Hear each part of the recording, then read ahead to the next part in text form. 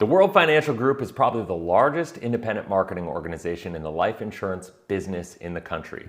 You don't get to be the largest by accident. There are a lot of things that WFG is doing extremely well.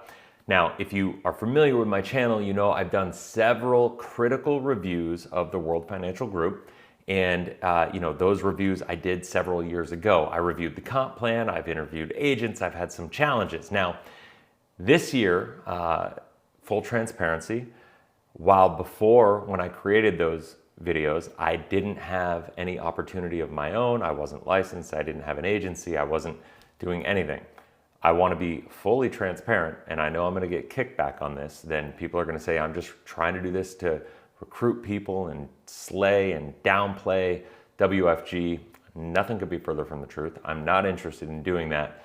What I am interested in doing is sharing an experience, because I was invited this past week to an event that one of the largest WFG teams in the country was hosting, and it was a fascinating experience. I had my preconceived notions about what World Financial Group was going to be like and what their events were going to be like and what the people were like and how they handled different situations. And to my surprise, some of my beliefs were turned on their head and were not accurate. But then some of my other thoughts were actually confirmed, and some of them were made even worse. And my convictions and beliefs were actually strengthened. And so my goal in this video is to share my experience and ultimately share what my greatest epiphany was from this event. And so I'm going to get into my overall experience. And once again, I'm going to just say it like this. This is just my opinion and my experience and what my observations were of this event. Because there's a lot of different perspectives. There's a lot of different reasons people join this business. But I think what I see in this business, and I'm going to say this with my framing of what I believe should be the leading reason people are in this business, which is helping other people, helping people with their money, helping people protect their families. And ultimately, when you do that, you have to look at yourself as being a capable person of helping them do that. You got to have your product knowledge down, and you got to have your ability and your level of expertise in this business has to be at such a level that you can lead with conviction and confidence that you're actually able to serve these people.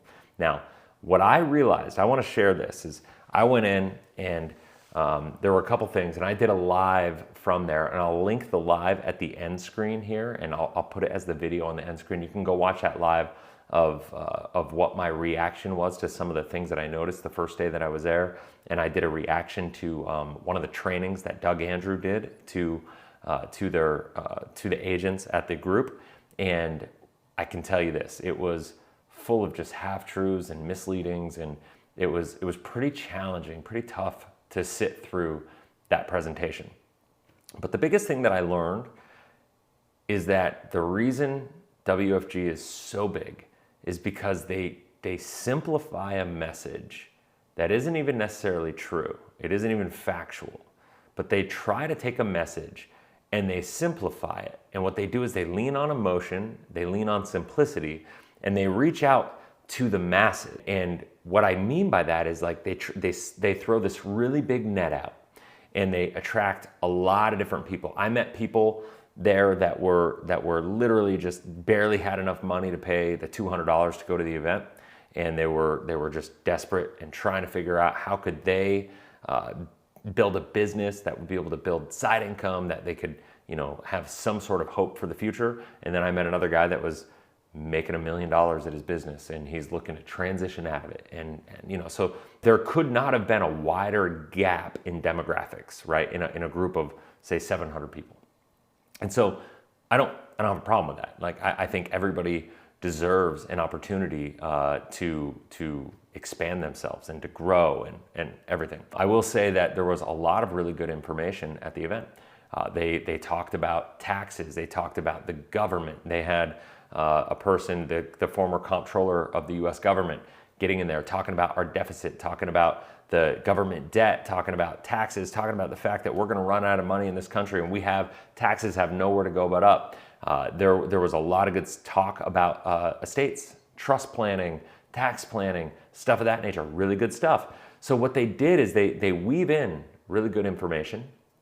They lean on people's fears. They lean on people's concerns. I think it's not a surprise that I even resonate and align with the fact that, I don't trust the government completely. I don't want the government in my business. I don't want the government in my money.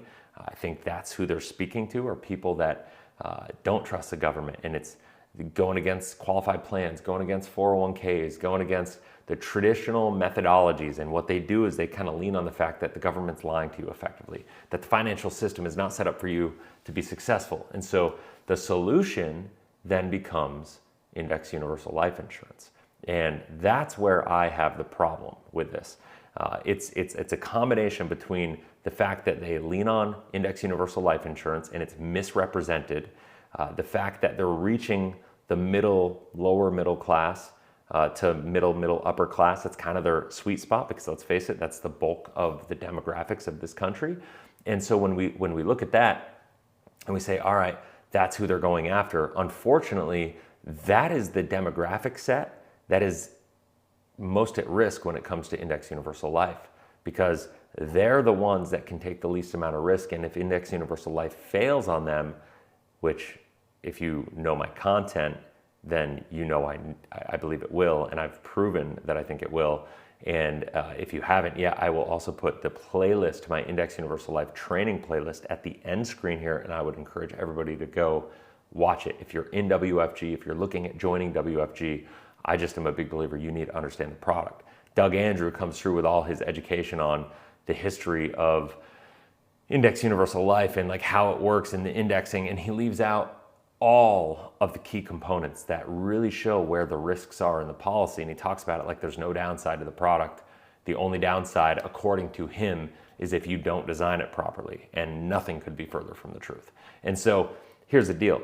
What happens, this is what I noticed, and I'm gonna keep this video very brief. And then I have other videos you can watch that will teach you about Index Universal Life, and other videos that will talk about the comp plan, other videos that will get into other elements of WFG that you can find on my channel. But this is what I noticed. There are 3 people that go to these WFG events. The first person is the person who's looking for hope. Now, a lot of people are looking for hope. They're there looking for side income, right? Because you're not just going there if you want to be a client. What I did notice also is that WFG, every time they sell a policy, their first objective is to recruit the person, period. They're not just selling policies to serve people. They're always selling the opportunity. That is how they grow their business. And they're selling the ability for you to build your business. Now, I have no problem with people trying to build their business and recruiting people and building a downline, building an agency. I think there's a lot of value in that, and I think everybody should have the ability to build a business. I do think it's misrepresented and misleading that WFG tells you that they're pretty much the only ones that will give you the ability to do so, and that you have to get plugged into their compensation plan, which is the worst compensation plan in the business to get started in this business. And they kind of play it off like you're gonna make so little up front because on the back end, when you build up your team, you're going to make so much in overrides, and that is true. Like, the problem is it's so light on the front end and too heavy on the back end. It's not really an equitable system because you need more help on the front end. It's harder. There's a reason they burn and churn. I don't know if you know this statistic or not, but 93% of life insurance agents fail in the first 3 years of the business. I would venture to guess that World Financial Group statistics are at least as bad as the industry standards, if not worse. That means 93% or more of World Financial Group agents fail in the first 3 years. To me, that's an atrocity, especially when you're selling an Index Universal Life product where that product is relying on you as an agent being there. If I heard it once, I heard it 100 times with Doug Andrew talking about the importance of rebalancing your clients' portfolios every single year. If you're not there to help them do that, first of all, what he says about the importance of rebalancing, yeah, that can help. It's not going to solve the problem, other problems that exist inside of even a properly designed IUL. But if you're not there and you failed out of the business, those people are completely up the creek without a paddle, without your support, without the guidance, and they're not going to be supported by the people that sold it to them, because it winds up being a set it and forget it kind of mindset with this stuff. They're on to recruiting the next person, building the next team, and going from there. And that's what they're doing. Now, what I find is, kind of getting back to the point here, is that there are three types of people. The first person, though, is kind of the person that gets in there and they're not really ever going to succeed, right? Like, this is the person that has high aspirations, they have big goals, or, maybe they didn't have big goals, but somebody sold them a dream and they have a little bit of hope and they're thinking, maybe I can make this work. Maybe I can make this life insurance thing work. And so they bring you in, and before you even get licensed, they have you studying for your test, they have you building your list, they have you sharing your contacts with the upline. So whether you pass the test or not, your upline, the person who's training you and recruited you, is bringing you in, they're working your leads, and whether you succeed or not, they're gonna take your contacts, they're gonna sell them, and they're gonna churn you out the other side even if you fail. And they don't care. This is why I call it an internal consumption model.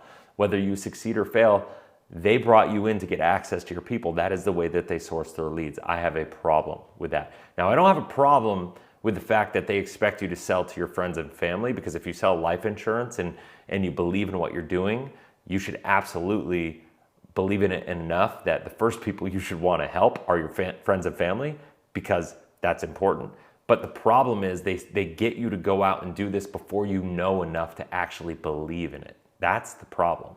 You get sold and you get hyped about the power of it, but you don't understand it. And I don't care who you are, you cannot believe, like truly, truly in your heart of hearts, believe in something until you understand it, right? And that's the problem that I've understood, that I discovered, is nobody in that room. And I talked to several people that had been there multiple years, that were leaders.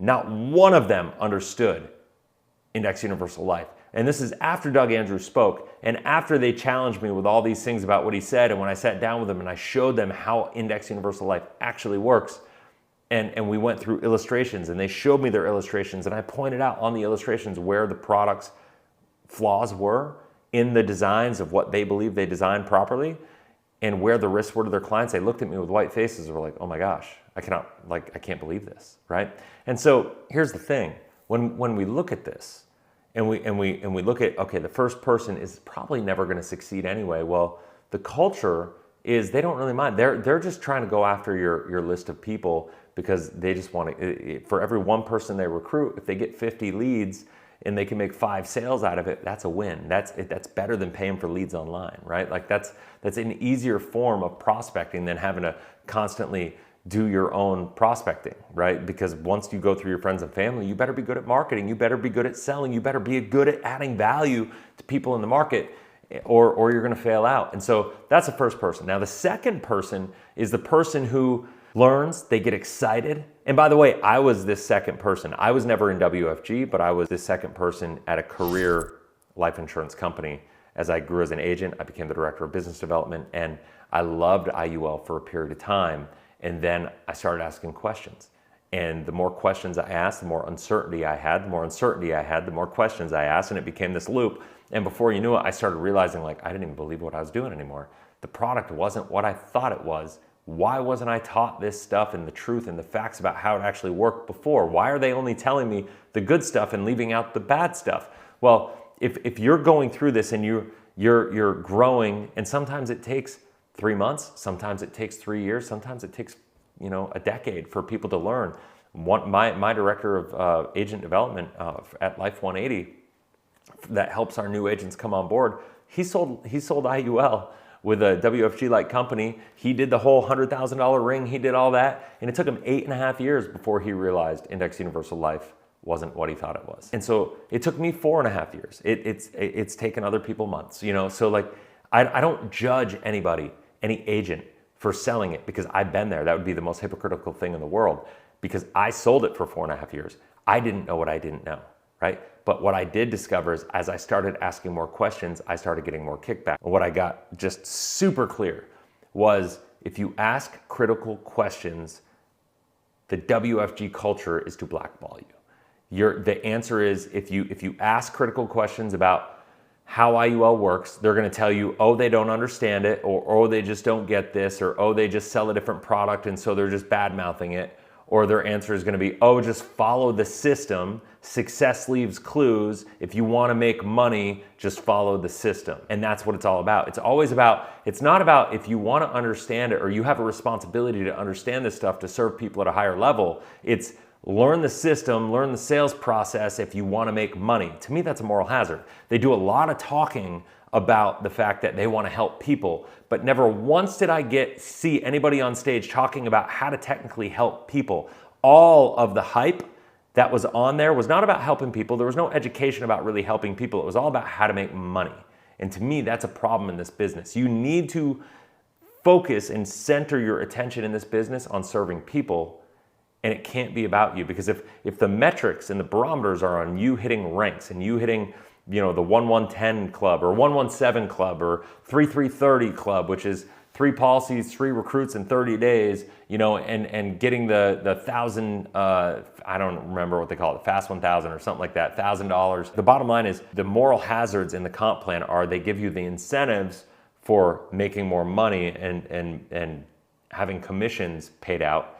And then they say, oh, you got to design the policies properly. I realized why I see so many poorly designed World Financial Group policies is because of the fact that their incentives are all around commissions and credits, and everybody gets overrides based on that. And so, even people that say they want to do it right, there's these challenges. You're pressured. You're hitting ranks, and are you designing the policy properly or not?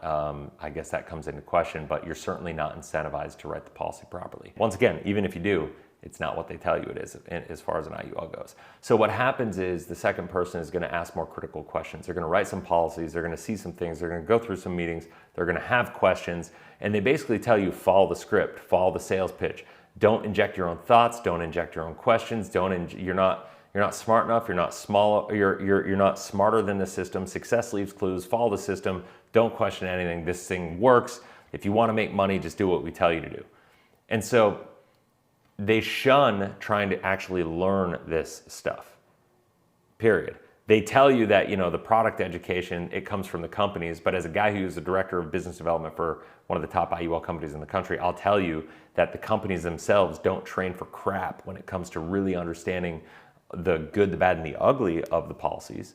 They just tell you the positives, and they tell you they're going to have to tell you so you can sell more, because that's what they're in the business. They're in the business of selling.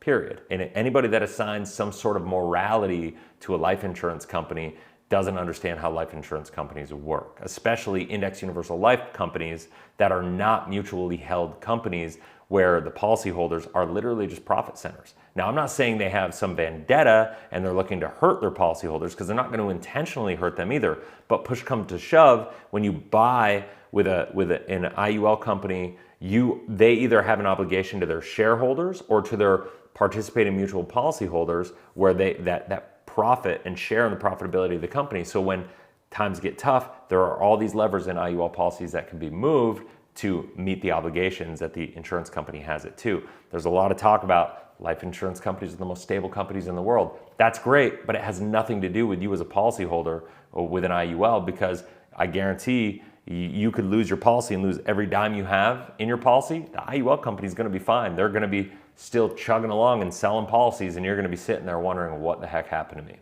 And so that's the challenge there. And so what happens is you start asking critical questions, and what's going to happen, they're going to redirect you. They're going to say, just follow the system. Success leaves clues. They're going to blackball you, or you're going to get kicked out altogether if you ask too many questions, or you just get ostracized and they'll stop supporting you, and you'll kind of be the black sheep in the family, right? And that comes with so much pressure. And that's what I did see this week, is that there's so much pressure in that. It was hard to watch, and it was hard to watch because I was walking around and I saw so many people that just wanted to do the right thing. And I know there's a lot of people critical of WFG. Myself, I've been critical of WFG. I've been critical of the company. I've been critical of the comp plan. I've been critical of the product that they sell. And at times, honestly, I've been critical of the people.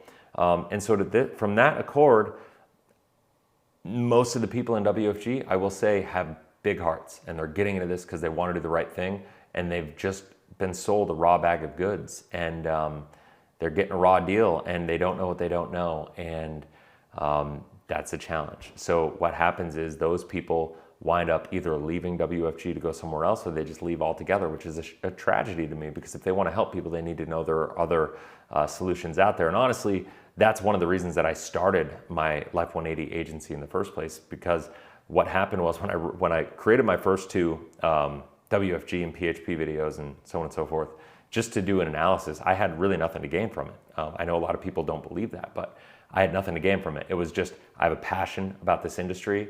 I coach life insurance agents. I help life insurance agents with marketing. And I saw, the whole WFG model, and I was like, man, this thing is atrocious. And I wanted to give an honest review on it. And so I did. And people thought there was something in it for me. I had no agency. I had no nothing. And I wasn't even licensed at the time. But then I had so many people reaching out to me and asking me to help them and asking me what they could do and after months of that, probably 6-7 months of that, I was like, man, I have to figure something out. And so we ended up creating the agency as a solution to help people. And it's been amazing. It's been growing. It's phenomenal. And that's great. Now, the third type of person is the person that's going to resonate with making money. They're going to be so money motivated that they're going to be blinded by the cash. I'm not saying all these people are bad, by the way, because this is just human nature. Sometimes it happens. When you look at it, some people just get blinded by it. They don't see the fact that they're actually potentially damaging people. They put that blind faith because there's a level of desperation, there's a level of need that comes with making money. And so when you have that need to make money, then you blindly trust, or you put more faith, more trust in the people that are leading you. They put all these people that go across stage and they talk about how much they love their wives and how much they love God and all this stuff. They do so much pre-framing about like how good they are as people. And I'm not saying they're bad people. Please don't take this that way. What I am saying though, is they do all this pre-framing, and I see it, the neuro-linguistic programming that goes behind it. They put all this stuff out there, and what happens is people then see all the negative things about Index Universal Life put out, and then they, when you see that, you go back to them and you go, well, he wouldn't do that, or she wouldn't do that because they're a Christian, and they love their spouse, and they have kids, they have a family, they talk to me like you put a judgment of morality on it. They wouldn't do that to people. Well, either A, there's a chance they don't know what they're doing because they got caught up and they became the third person, which is just kind of chasing the money and trusting the people above them, and they just get caught up in that cycle. And so that's kind of how it works. Like, you're either one of three people. You're the person who's going to, let me say it this way. At World Financial Group, in their system, you're one of three people. You are either the person who comes in, you don't really have a chance, you're going to get flushed out of the system, but they're going to get your leads on the way, your relationships on the way, and make some policy sales. Even if you don't pass your tests, they're going to do that. Or you're the second person who asks critical questions, and as you do and you become more critical and you ask more critical questions, you become more of a thorn in their side, you become a danger to their entire organization, and so you end up getting ostracized or blackballed. And then if you do that, you leave the industry, you find somebody else to join. Or number three, you are somebody who just kind of put blind faith in your upline, and you put trust in them, and you didn't do your own due diligence, and you didn't really find third-party resources to go study, and you didn't go and do that.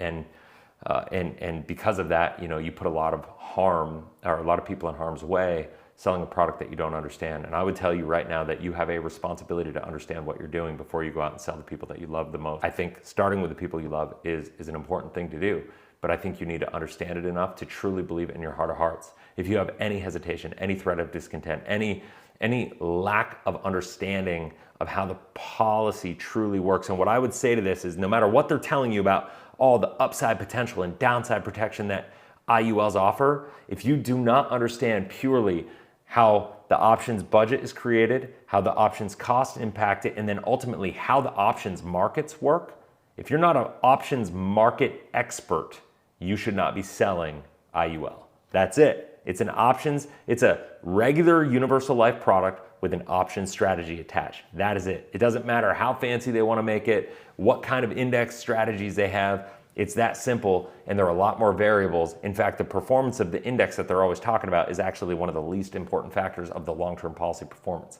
That's the thing that most people can't wrap their head around. But That's the reality of these policies. And so you fall into one of those three camps. You know, you're either going to get flushed out, you're going to be too critical, and you're going to be ostracized, or you just kind of buy into it and you go along. If you fall into the second camp and you're just being, you know, you want a second opinion, you want help, I'll say this is, you know, the first 3-4 videos I've done on WFG, I have not done a video on WFG, I should say it this way, since I launched my agency. And so I've never had a call to action. I've never asked anybody to join us. I've never done anything of that nature. I never had the goal. But we are at the place now where I think, you know, we built an agency that has some of the best training in the world. We have some of the best leadership training, some of the best product and education training, some of the best support. I'm a big believer you need to go slow to go fast. I don't think you should be recruiting anybody into the business until you're capable of supporting them. And you know what? That makes it so we're not going to grow as fast as WFG. We're not going to, you know, do all, like, maybe have the massive numbers that they have. And a lot of people are going to say, oh, Chris, you're just doing this because you're jealous of WFG. No, I'm doing this because I don't want to become WFG. I'm doing this because I'd rather grow slower. And instead of having a 7% success rate, I'd rather have a 60% success rate or a 50% success rate, or heck, even if I get to a 28% success rate, that's still 400% better, right? Like, I have no illusions. Not everybody's going to succeed in this business. However, I do believe for the people that put the effort in and try and love it, there's no reason you shouldn't be able to succeed. But I do believe, like most things in life, you shouldn't go and burn relationships until you're ready, just trusting the people above you. That works when it comes to network marketing, when you're selling face cream and when you're doing health supplements or something like that, that's one thing. But when you're playing with people's money, putting your blind faith in other people and letting somebody else take control of your relationships that matter the most to you is one of the most ridiculous things I've ever heard in my life. You need to know this stuff before you go down that path. And I'm not saying, you know, that there aren't other ways to do it. I'm not saying that it's bad to sell to your friends and family or anything like that, because a lot of people are really critical of WFG on that component. I'm just saying that the people you care about most, it's your responsibility to guard those relationships and to make sure that you are doing right by them. And so anybody that wants to reach out, I'm going to put a link in the description below. You can go to agent.life180.com and set up an interview with one of my team members. Actually, you can set up an interview with my guy who was in a WFG type system for 8.5 years, and he did the $100,000 ring. He did all these different things, and ultimately, I think having a conversation with him will change your perspective on a lot of things. So if you have any questions, comment in the comment section below. I'm sure I'm going to get a lot of love and a lot of hate on this one, but I'll do my best to engage with every single comment that I can. Till next time, have a blessed, inspirational day. We'll talk soon.